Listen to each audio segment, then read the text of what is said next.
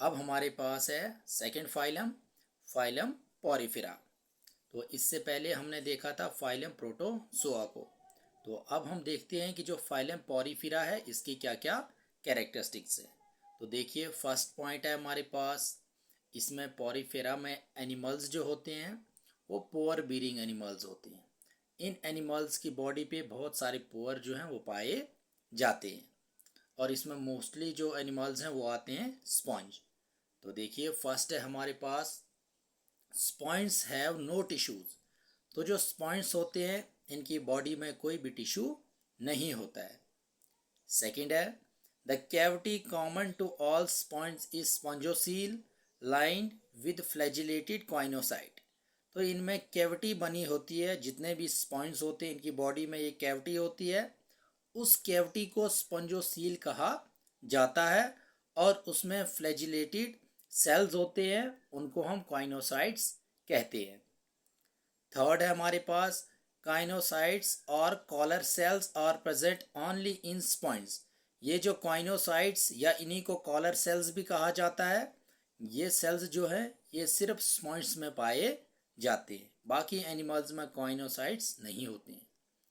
Fourth है, different types of canal system in sponge are ascanoid, syconoid and leuconoid. तो ये जो sponge होते हैं इनमें 3 टाइप के कैनाल सिस्टम जो हैं वो पाए जाते हैं। एस्कोनाइड भी होते हैं, साइकोनाइड भी होते हैं और ल्यूकोनाइड भी होते हैं। नेक्स्ट है हमारे पास, sponge have numerous mouthlets ostia and one exit osculum.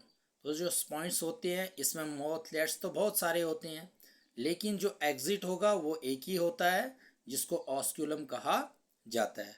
तो ये जो ऑस्टिया होते हैं ये स्मॉल पोअर्स होते हैं, और यहाँ से स्पॉन्ज की बॉडी में जो वाटर होता है या बाकी जो फूड होता है वो एंटर होता है, लेकिन एग्जिट एक ही होगा, उसको कहा जाता है osculum.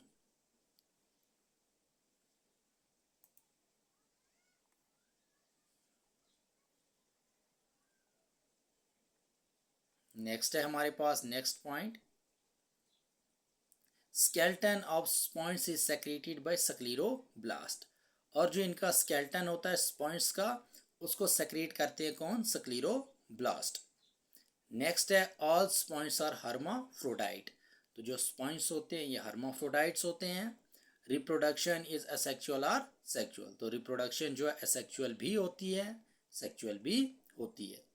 Sex cells sperm and ओवा अराइज फ्रॉम अनडिफरेंशिएटेड आर्कियोसाइट्स। और इनमें जो स्पर्म और ओवा होते हैं वो आर्कियोसाइट से अनडिफरेंशिएटेड होते हैं, ये अनडिफरेंशिएटेड होते हैं आर्कियोसाइट से, और यहीं से ये जो स्पर्म और ओवा है इन्हीं से तैयार होते हैं। Classification of sponge is primary based on skeleton. इनकी क्लासिफिकेशन जो है वो बेस्ड होते हैं किस पे, कि इनका स्केल्टन जो है वो किस मटेरियल से बना हुआ है। नेक्स्ट है, excretion and respiration occurs by diffusion. Excretion और रेस्पिरेशन जो है ये डिफ्यूजन से होती है। नेक्स्ट है डेवलपमेंट। डेवलपमेंट इज इनडायरेक्ट और डायरेक्ट। तो डेवलपमेंट जो है वो इनडायरेक्ट भी होती है, डायरेक्ट भी होती है। द कॉमन लार्वल फॉर्म्स और पैरेनकाइम्यूला, एम्फीब्लास्टूला। तो जो डेवलपमेंट में जो लार्वा बनेगा तो लार्वा 2 टाइप के होंगे, पैरेनकाइम्यूला भी होता है और एम्फीब्लास्टूला भी होता है। तो पैरेनकाइम्यूला जो होता है ये होता है ल्यूकोसोलिनिया में और होगा कैलेथ्रीनिया में, लेकिन एम्फीब्लास्टूला जो होता है लार्वा ये पाया जाता है साइकॉन में।